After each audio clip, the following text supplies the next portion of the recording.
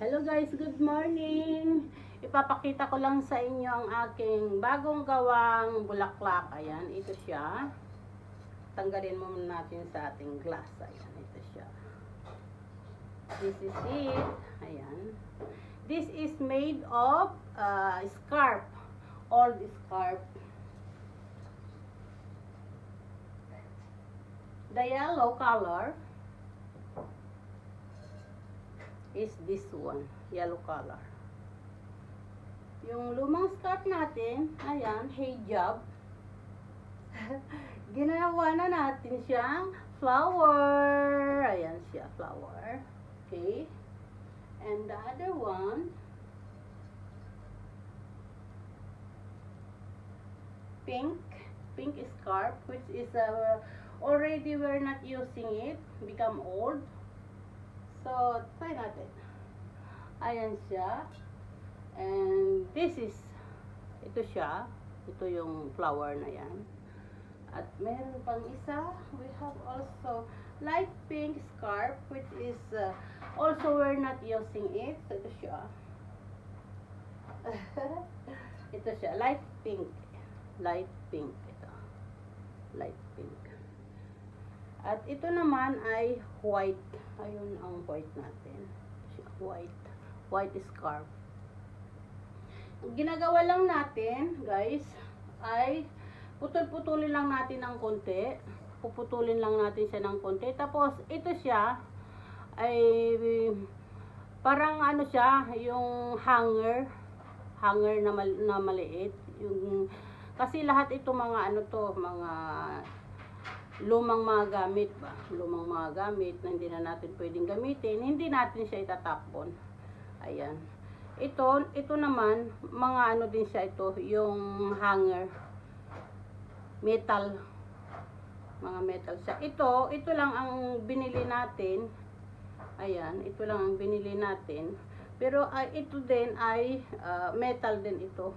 Ito metal. Ginawa natin ito. Metal din siya. Kagaya ng paggawa ko doon sa kagaya nito, metal din ito, metal.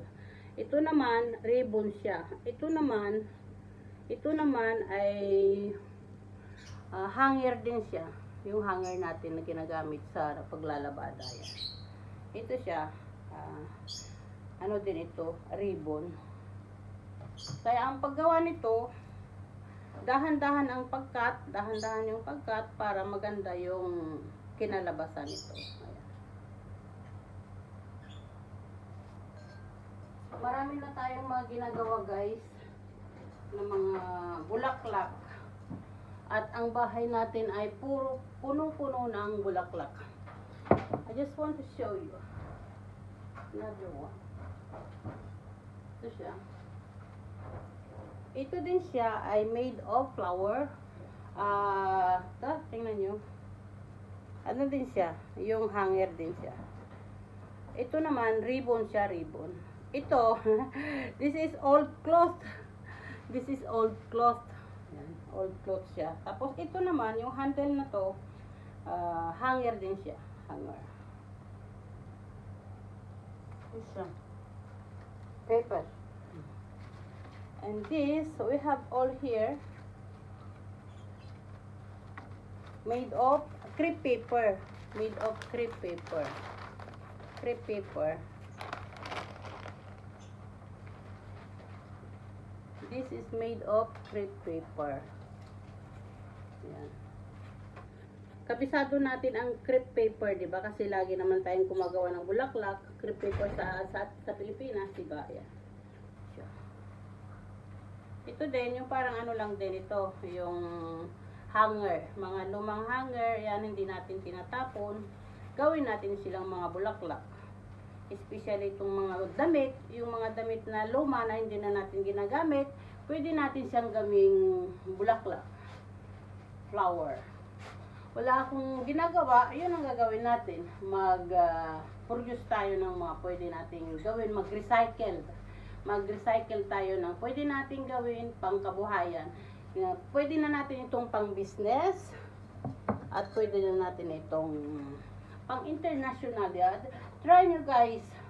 Ayan o. kung pwede na ba itong pang-international or pang okay lang kahit hindi pang-international, basta pwede rin na pang-masa, di ba? Pwede siyang pang-masa. I love it. Ayan. Tuwing linggo, kung wala akong trabaho, day off, eka nga, ayan, ito po ang ating mga ginagawa. Ayan. Maggawa tayo ng flower, kaysa naman maglakwat sa, maubos lang ang pera, di magtrabaho na lang at ito ang gawin natin. Ayan. Ito lang ang ginagawa natin, maggawa ng bulaklak.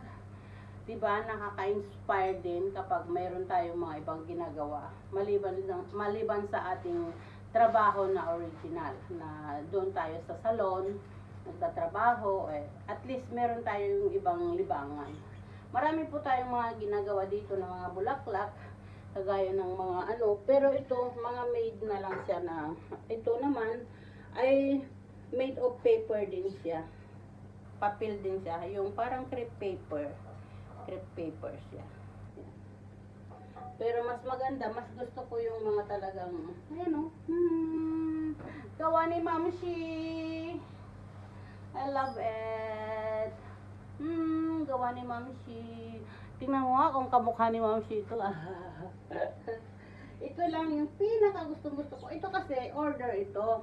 May nag-order sa amin. Order ito. Naku, very rich. Mayaman siya na isang Indian na mayaman ang nag-order nito. At magkano ang cost nito is about 20 KD. Tingnan nyo ito guys, kung ano ito.